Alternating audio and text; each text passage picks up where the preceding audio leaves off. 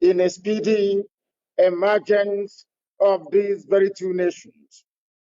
We Biafrans and Ambazonians have resolved from this very day to do what we must do and everything humanly possible to ensure that we change not only the narrative, but to begin the process of the eventual reclaiming of our long shared collective heritage, a shared heritage that goes back to the beginning of time. Today, we are indeed on the brink of history. A lot of people never wanted us to get together. A lot of people never wanted us to identify with one another. Those who are benefiting from our misery and our pain, today we have reduced all of them to nothing. Because genetically and culturally, Biafrans and Ambazonians go back to the beginning of time as original peoples of southern Nigeria and southern Cameroon. Geneticists have sequenced and dated the DNA of Biafrans and Ambazonians and discovered them to be one of the oldest DNA on planet Earth. The earliest culture builders on planet Earth, known to archaeologists and anthropologists as the Bantu peoples of Africa, originated from within the regions of Biafra and Ambazonia. We are old people. We are the people of the ancient. From these very Biafran and Ambazonian regions, the Bantu homeland and the cradle of human civilization, the great Bantus migrations of 1500 BC to 2000 BC took place to introduce our collective civilizations to other corners of Africa and beyond. The history of our two peoples, Biafrans and Ambazonians, has indeed been intertwined and shared from time immemorial. Our forefathers were very much aware of this shared heritage and destiny of Biafrans and Ambazonians. And at different times in history, the coming together of Biafran and Ambazonian peoples under collective leadership and cooperation has produced radically rewarding results. We should perhaps mention a few examples here. Examples of the powerful and rewarding results that Biafra and Ambazonia partnership could produce, we are seen in the liberation of Haiti, a former slave colony of the French between 1791 and 1804 through a historic revolution. Our people are noted because they are warriors. Ambazonians and Biafrans alike fought side by side as one people in Haiti that made Haiti the first black nation on this very earth to shake off the shackles of slavery and domination. This is the origin of such extant Haitian phrases as Igbo Gramon and Igbo Lele, as you have today in Haiti. Similarly, during colonial invasion and the subsequent colonization of these regions, which was nothing but a sophisticated form of slavery, our peoples, Biafrans and Ambazonians, fought colonial enslavement with everything they had. The exploits of Ekumeku, the secret society of freedom fighters in Biafra land that engaged the British invading colonialists for over 3 decades, is still very fresh in our minds. Again, it was to people from Biafra and Ambazonia that the burden of ending colonial occupation politically in the region fell on their shoulders. Hence, we have the activity of the Nigeria Council, the National Council of Nigeria and Cameroon, NCNC, of course, well superintended by Dr. Nnamdi Azikiwe, which was coordinated by nationalists from Biafra and Ambazonia as reference in the anti-colonial movement that would produce the present Berlin Conference designed states like Nigeria and Cameroon, which unfortunately Biafrans and Amazonians are suffering untold hardships under. The sufferings and pains of Biafrans and Ambazonians are carefully and diabolically designed neo-colonial schemes to ensure that our peoples, who are natural leaders of the Black world, never develop or make any progress, consequently leading to the subjugation of the entire African continent in perpetuity. This diabolical neo-colonialist scheme has not succeeded because the colonial enslavers simply decreed it into existence. No, it was succeeding because some fellow Black people or Africans decided to make themselves willing tools in the enslavement of the rest of their brothers and sisters, and this is something that we are determined to bring to an end. This trend is by no means a recent trend. It is indeed a trend that is as old as the Arab enslavement of Africans and will be perfected through the European enslavement and colonization through invasion of the rest of Black Africa. In Africa, there are groups whose whole economic existence and their worldviews have evolved around their collaboration with those who have no value for African lives and want to destroy Africans by every means. That is how the phenomenon of the Fulani terrorist proclivity have been created over the ages to destroy everything that is African. It is a proclivity that has engendered the existence of not less than 6 or 7 terrorist groups that are owned and operated by the Fulani people, terrorizing people and grabbing their lands across West African sub-region, as well as the areas bordering the entire Gulf of Guinea. It is a proclivity that has been enabled by some evil people, both outside and inside Africa. Both Biafrans and Ambazonians have been victims of this evil. And today, going forward, we have resolved to bring it to an end.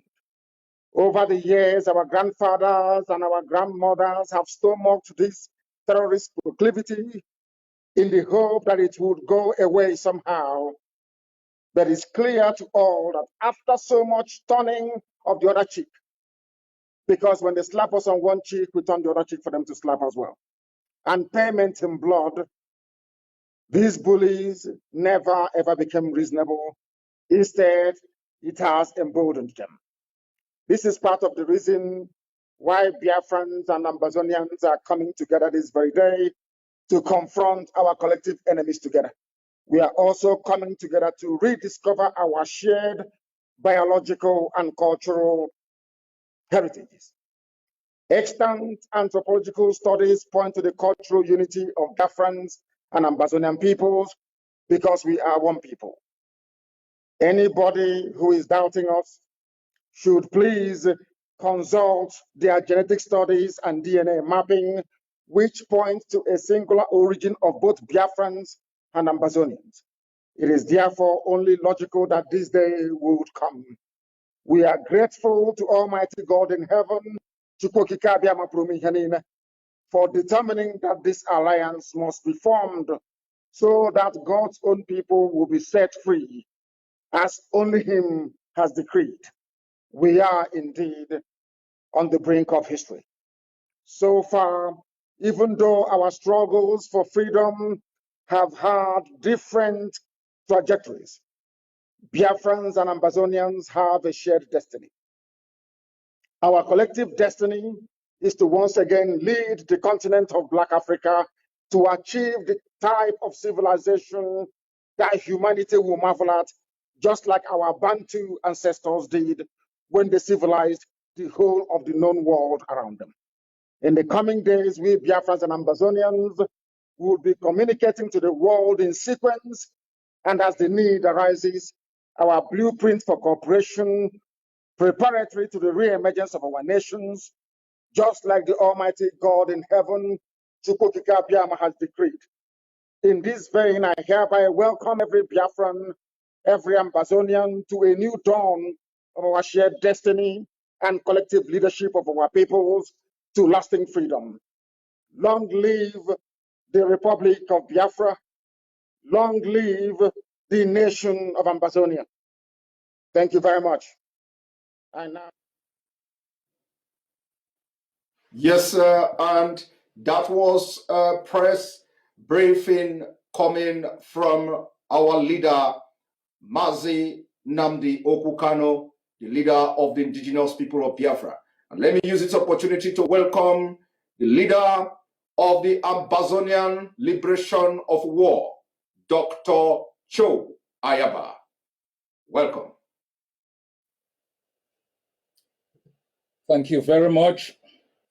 Thanks to my brother Mazi Nnamdi Kanu, the leader of the indigenous people of Biafra. We have assembled here today in front of our two peoples to declare our intentions to work together to ensure our collective survival from the brutal annexation that have occurred in our both nations. We understand the difficulties that both peoples, the people of Biafra and Ambazonia, have faced in the last 60 years. But we have been discussing in the past few months to ensure that our collective strength be brought together to be more impactful to ensuring that we do not bequeath to the next generation a more oppressed homeland than we inherited.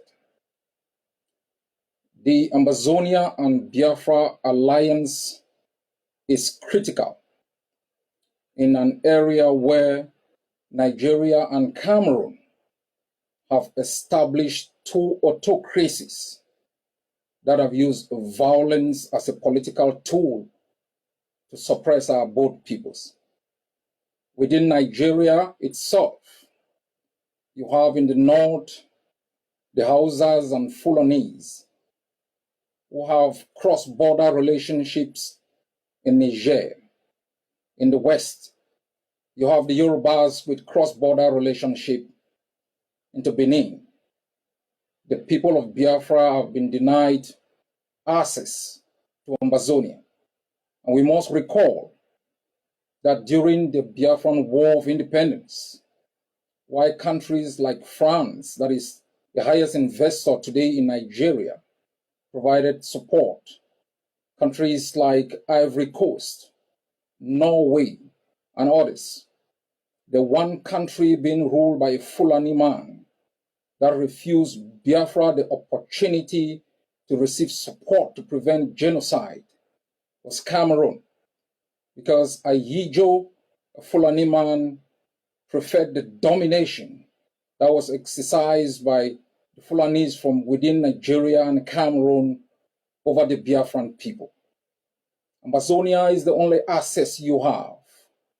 And within Cameroon itself, while the people have relationship with Central African Republic and other countries, Biafra is our only closest neighbor with massive investment within Ambazonia. Biafra is also the place where thousands of our people have sought refuge and have been treated with great hospitality. And for this, I want to thank the people of Biafra who have taken care of our refugees, and I ask you to continuously support them. Going forward, we are going to work together in different areas to ensure that our both nations emerge from these exclusive servitude imposed by both Cameroon and Nigeria. In coming to this joint press conference, I understand the worries of Ambazonians, and I have taken time to brief other leaders to make sure that I can allay the worries and fears of our people. These worries and fears is rooted in history. We were part of the Eastern House of Assembly in Enugu. But one great difference is when our leaders walk out of that house, there were no helicopter gunships that mauled our people.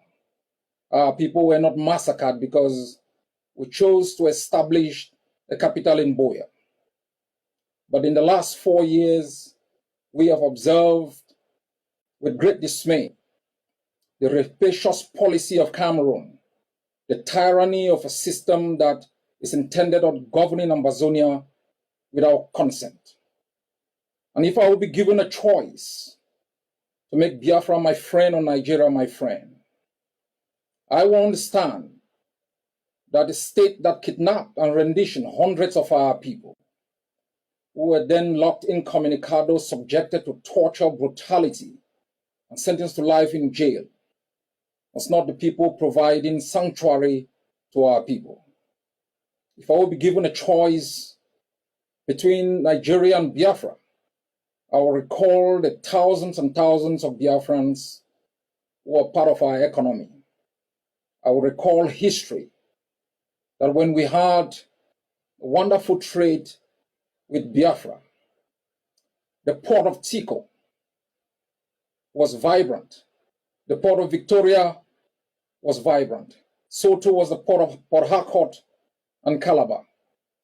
But the Fulanese that have been governing Cameroon at that time dismantled our economic infrastructure and made it impossible for bilateral trade between our country and Biafra to take place, subjecting our population to impunity, making it impossible for any cross-border relationship. As you have said, we are one people, interculturally linked. But I also want to remind Ambazonians that I take your concerns seriously. That is why this alliance is split into 3 phases. First, to ensure that both peoples are liberated from the tyranny imposed on them, and to establish within a transitional period methods of collaboration and cooperation to dismantling the economic blockade that have impoverished our 2 nations. And within this period, there will be massive consultations within Ambazonia to ensure that any treaty that will be binding between the 2 nations is approved by the Ambazonian people. This relationship and alliance is critical. Across the globe, nations and peoples and countries are coming together to ensure the prosperity of their people, to ensure the liberation of their people. The Biafrans have been subjected to genocide, ecological hazard, by a few greedy people who have hijacked an entire nation and make sure that they treated the Biafran people with impunity. For the past 60 years, Cameroon rolled its tongues into Ambazonia, subjected our people to economic deprivation, political asphyxiation, cultural intoxication. Those who spoke were murdered.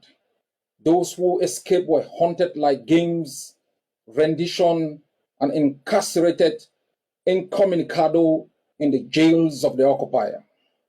For us, the Ambazonian people, we have resolved in the past 4 years to match Cameroon method for method and ideal for ideal, to make sure we arm ourselves to the teeth, to ensure that the brutality that our people have been subjected to in the past 60 years comes to an end, so that we can establish within our own borders economic and political systems that are indigenous to our own cultural and political realities, that our leaders are accountable to our people, that our bounties will be exploited for the development of our people and those who believe in our own values, that our nations will never again, the nation of Biafra and Ambazonia, taken hostage by a few greedy men, women raped, children subjected to misery, and our men turned into boys.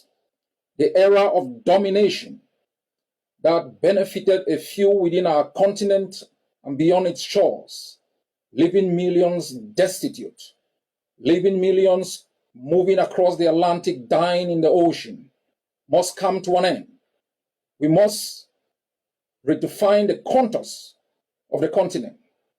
For the notion of Pan-Africanism must be redefined to ensure that self-determination of nations that have been caught under political systems that do not represent their interests becomes the norm. Before there was Nigeria, there was Biafra.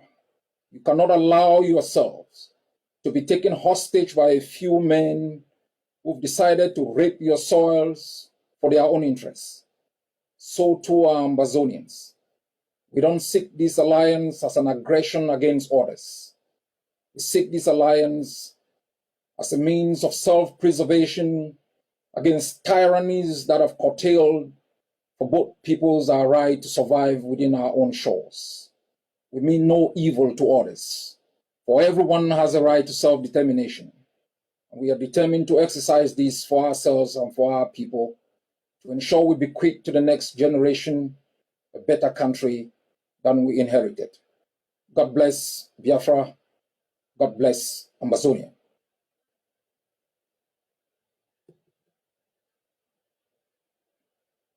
Thank you.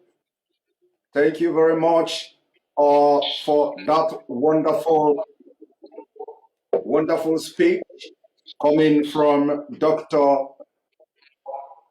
Cho Ayaba. I would want to ask just one question, but then I think it would be very, very imperative, to ask two questions. I wanted to ask one that both leaders will address, both of you will address this question, but I want to ask individual question because, this is a historic event. And I want to seize this opportunity to ask these questions. Now, to our leader, Mazi Nnamdi Kanu, the leader of the indigenous people of Biafra, the Ohamadike one of Biafra, I want to throw this question to you. Maybe not question per se, but let me throw this question this way. Just a few days ago, I came across an article written by New York Times. And this article said, and I quote, "More than 1,800 prisoners are broken out of jail in Nigeria. Gunmen bearing machine gun and grenade storm a prison in a restive part of southeast Nigeria. Many refer to as Biafra. Many refer to as Biafra, letting loose any inmate who wanted out." Now, I'm going to also take a line from this same article, which says Biafra in the same New York Times, and that article say, "It has been 51 years since the end of the Nigeria Civil War, in which people of Eastern region broke away from the rest of the country. Biafra, the state they created, came to an end when its leaders surrendered after 30 months of fighting. But the Biafra dream is alive and well." And when I listen to both of you, I listen to Dr. Cho Ayaba, I see the same agony, the same story, the same kind of experience. I also have come across an article which says that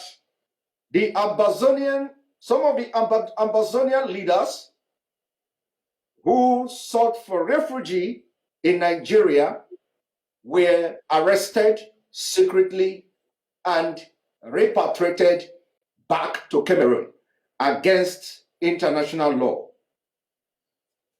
Now, why I made references or try to read from this report is because a lot of people may have somehow different opinion, divergent views about the historic alliance between Biafra and Ambazonia.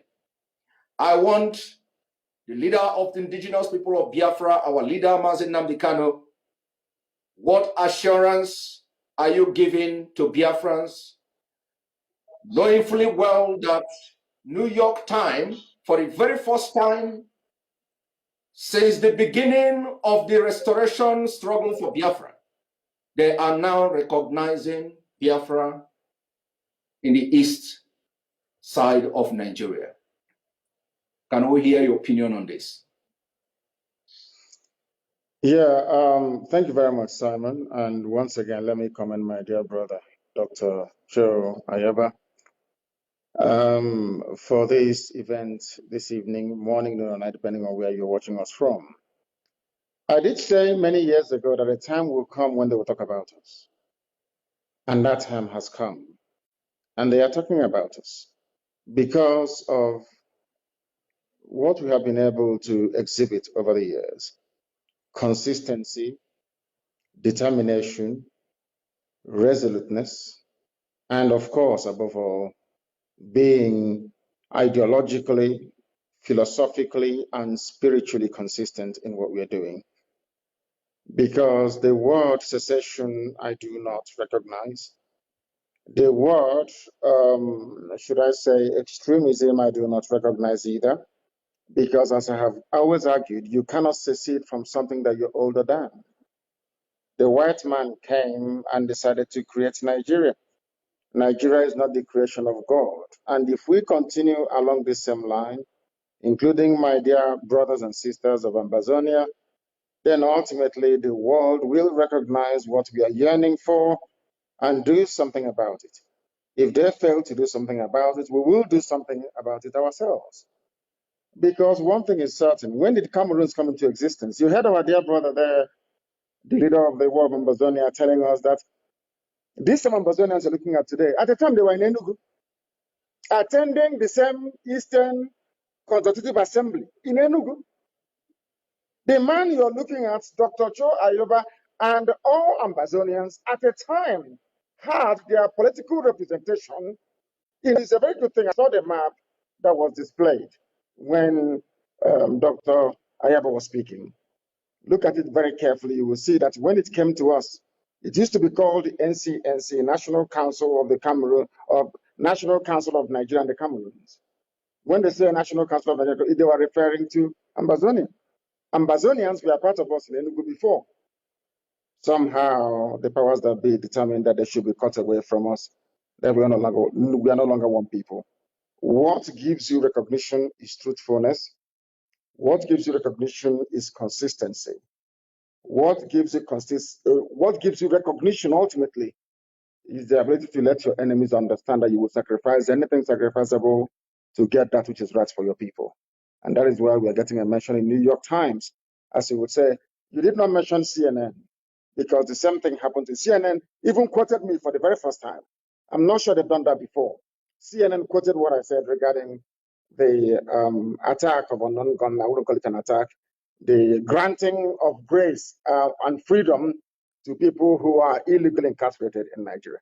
And I do hope as time goes on that the same level of consistency and spirit of never say die will go into all ethnic nationalities within Nigeria and beyond that are yearning for freedom. Thank you. Thank you very much. Thank you very much for that insight on that report. Yes, I didn't come across the CNN report yet. I'm going to look into that. Dr. Cho Ayaba, my question, or, I would ask you to make a comment, is on the fact that you have actually elaborated a lot here, the dividends, or what I should say, what await the Ambazonian people, through this alliance with the Biafrans. We've also have seen how the Nigeria government illegally repatriated Cameroonians, Ambazonians, back to Cameroon against the international law. And of course, what assurance are you giving people of Ambazonia that the alliance between Ambazonia and Biafra is going to be more fruitful than ever having anything to do with Nigeria, considering the fact that they have breached international laws, repatriated people of Ambazonia back to Cameroon, and today most of them are in jail unconstitutionally? Thanks for that question. If you look at the map across the globe, whether within the European context, if you look at why there was a Second World War or First World War, you will discover that there are Germans within Switzerland. There are Germans, the Germanic race in Austria. You have the French across in Quebec and in Belgium and different places. And although this is what I call a linguistic kind of unism, these countries have always sought alliances with people with whom they have some cultural attachment for both cultural expansion, economic development, and purposes of self-preservation. And as I stated, the Biafrans are isolated. Ambazonians are isolated. These two nations form an economy of close to 72 million people, put together bigger than the economies of more than 100 United Nations countries. The Ambazonian economy has been sustained from Biafra, where people have had access to cheap goods. We are also aware that more than 20 years ago, Cameroon helicopter gunships bombed boats that were coming in from Biafra, bringing in goods into Ambazonia. We also know that while the Hausas and Fulanis are highly attached in the north to countries beyond the border of Nigeria like Niger, and strengthening that alliance for both economic and political power, and the Yorubas are attached on the other side with Benin, ensuring their survival and self-preservation. What choice does the people of Biafra have? It's Ambazonia. And so this political alliance is crucial for the purposes of self-preservation of the two nations, and also to let the others who have occupied our both countries know that we will not choose our friends based on the definitions and interests of those who've subjected us to impunity. As you've rightly said, a few years back, hundreds of Ambazonians were illegally kidnapped. Those who were even sought asylum within Nigeria, they were subjected to psychological torture in prisons across Abuja, chained like sheep to the slaughter. In addition to Cameroon, where they were incarcerated, detaining communicado, sentenced to life in jail. This is the collaboration between Yaoundé and Aso Rock. It serves the interests of Yaoundé and Aso Rock. It doesn't serve the interests of Ambazonia. And it has put to shame, it has brought shame to the Biafran people who have shown great hospitality to our people, including ensuring that there is protection for our refugees. Even though the refugees are within the Biafra land, we have observed with great shock attempts by Yaoundé to work with certain political individuals within Nigeria to repatriate our refugees despite the raging war. This collaboration, as I have said, is defined in 3 phases. I will be leading on behalf of the Ambazonian people, working with the people of Biafra and the leader of the indigenous people of Biafra to ensure that in phase 1 of this collaboration, we are able to work together to ensure the self-preservation of both peoples. However, the Biafrans choose to do it with their choice. For us, Ambazonia, the right to self-defense is a right that we have invoked, because the only weapon of choice that Yaoundé and Cameroon has used in 60 years is that of rifles, machine gun. We have risen up, arm ourselves, and we will continue to arm